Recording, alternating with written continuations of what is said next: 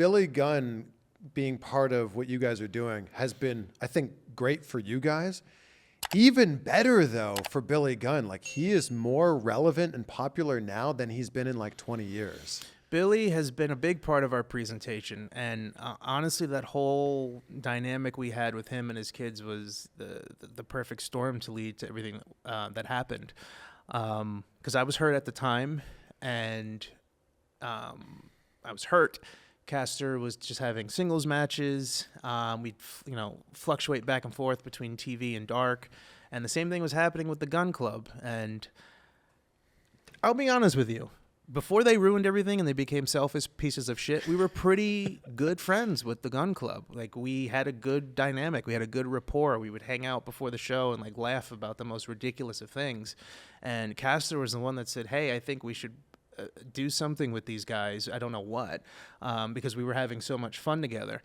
And one day I was sitting on the beach. I was very relaxed. And I just came up with this way to put us together, and I needed a reason to be on television with my injury, and we could do this thing where we all come together. We can do it, on dark. It doesn't matter. We just want to do something and prove that we are useful to the to the TV show, that we can eventually be on Dynamite every single week. And we started doing it, and then the people loved it, and they started picking up of the dynamic between me and Billy, him pushing me in the wheelchair, and then one day, it was probably about 5 minutes before we went out to, was that on Rampage?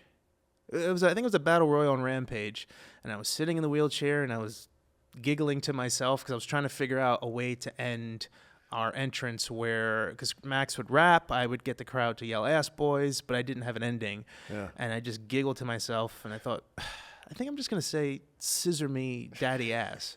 I don't know why that popped into my head, but I started laughing. Literally me, like, sitting in the wheelchair in Gorilla, just like laughing at it. And then I didn't tell anybody. I think I told Billy, I was like, I think I'm going to say "Scissor me, daddy ass," and then hit me with the scissor. He didn't say anything. I just remember he just smiled at me and went, and he walked away. And that was it. 5 minutes later, I went out, I screamed it on Rampage. I came back, I looked around. No one said anything to me. I was like, okay, so I guess that was okay. And then it was trending, and then I started to see the signs, and that's when you know it's caught on. That's when you know what. Yeah, it was like, I got to say this every single week. Do people know what and Scissoring then Gun Club means? ruined everything and decided to, Do people know what Scissor Me means? Yeah, it's a sign of friendship. Yeah, if you watch National Scissoring Day on Dynamite, you would have known that scissoring is a sign of friendship. Yeah, I feel like this is the modern day suck it, where like you could know what it means. You could just be like, it's a fun thing to say with a fun motion, and we'll just we'll do it. The double meaning of this, I think, is it's brilliant. Well, thank you. And again, I think that is the beauty of the dynamic between Castor and I, because it's a little bit of, hey, I thought of these ideas, he thought of these ideas, we collaborated on them together, and they worked, and some things just happened. Like the scissor itself was, like, again, when we first started, he was very pedal to the metal, and I was very reserved, and both of them did not work. So we ended up evening each other out in a very good way. But in this particular instance, it was a dark. I did the Acclaimed A symbol, and it's on video too. You could see my genuine reaction. Just to rib me, he came up from behind and he just started scissoring me, and I went, "What are you doing? We're gonna get fired."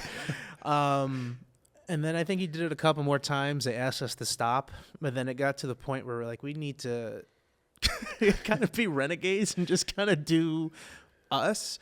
And we just started doing it again, and then I started getting a little bit more ridiculous with it, with the motorboating and all the other kind of stuff, and it just started to catch on.